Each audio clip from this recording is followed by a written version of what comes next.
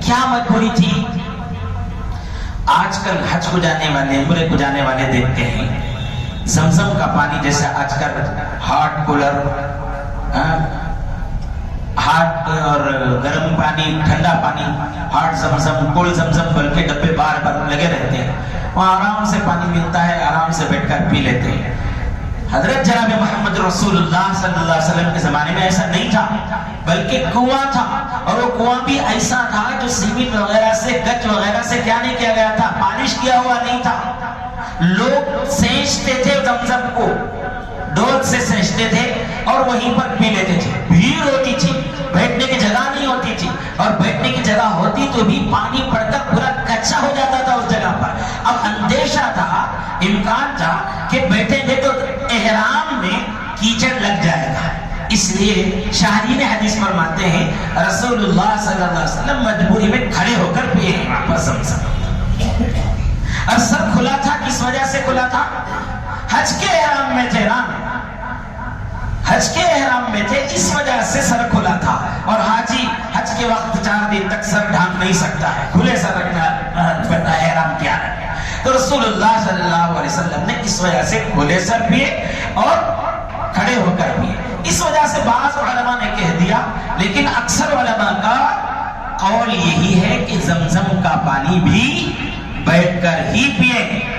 اور سر ڈھانپ کر ہی پیے۔ واضح ہو گئی بات زمزم کے سلسلے میں۔ کوئی پی لیتا ہے کھڑے ہو کر، ٹھیک ہے، رسول اللہ صلی اللہ علیہ وسلم نے پیا ہے، اس وجہ سے جائز ہے، لیکن اتنی شدت اختیار نہ کریں کہ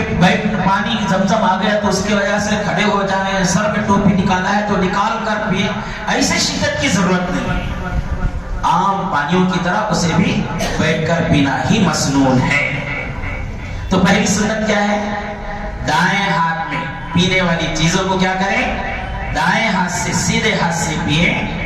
اور بیٹھ کر پیئیں۔ اور رسول اللہ صلی اللہ علیہ وسلم نے بیان کیا پانی پینے کے سلسلے میں 3 سانس میں یا 2 سانس میں پیئے، 1 سانس میں نہ پیئے۔ رسول اللہ صلی اللہ علیہ وسلم نے اس کی عجیب مثال دے کر فرمایا،